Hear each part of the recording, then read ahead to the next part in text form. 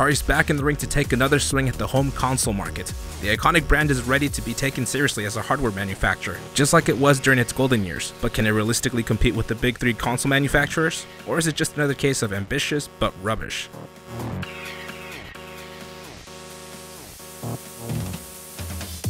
Not much is known about Atari's upcoming console known as the AtariBox, other than a short trailer that was shown off by them. It's apparently been years in development and will use PC components. The actual specs of the components themselves are still a mystery, but one question we all have is this: will it be able to compete against the big three console manufacturers? And most importantly, does this console generation even have room for a fourth console? If that's Atari's game plan, then it's going to have to offer something special, something so groundbreaking, something epic, something that none of its competitors could even offer. Nintendo has its hybrid portable home console gaming on the go type of experience going on. PS4 and Xbox One variants have their own hardware like Kinect and PS Move and other VR headsets. All of the big three console manufacturers have exclusive IPs in their respective corners that have built a hardcore gaming fan base around them. Hell, some of them are even console sellers. I have a friend who only buys Nintendo hardware just to play Mario games and Smash Brothers, but that's pretty much about it. And it's that sort of strength and following that Atari has been lacking these past years. I'm not saying it's not ever going to compete. Anything is possible if they do their marketing correctly and their console actually offers a really unique experience you can't get anywhere else with the right features. If it's just going to be another console that could run all the multi-platform games at around the same price as its competitors, then what would be the point of buying a brand new console to do everything your current console can do?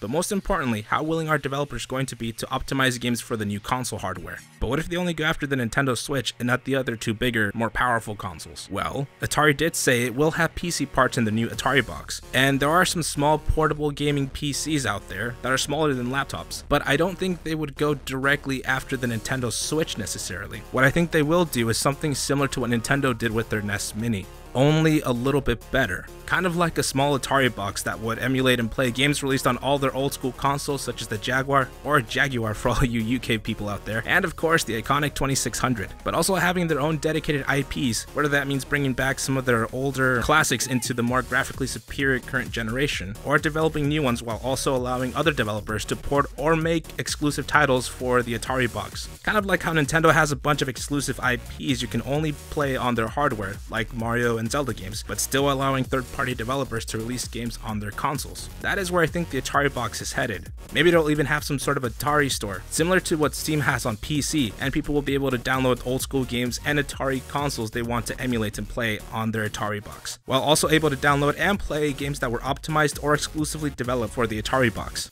This whole console generation has been very interesting to say the least, but hey, it'll be interesting to see what Atari comes up with. Its success will greatly depend on how willing developers will be to develop or optimize games for it, also on how innovative its features will be, and of course, the price tag. Again, this is just what I think. There's still very little we know about the AtariBox itself, so most of this is just speculation at this point, and I could be 100% wrong. Anyway, those are my thoughts. What do you think? Share your thoughts in the comments down below, and don't forget to like, share, and subscribe for future videos, and until next time, this has been GTRBytes.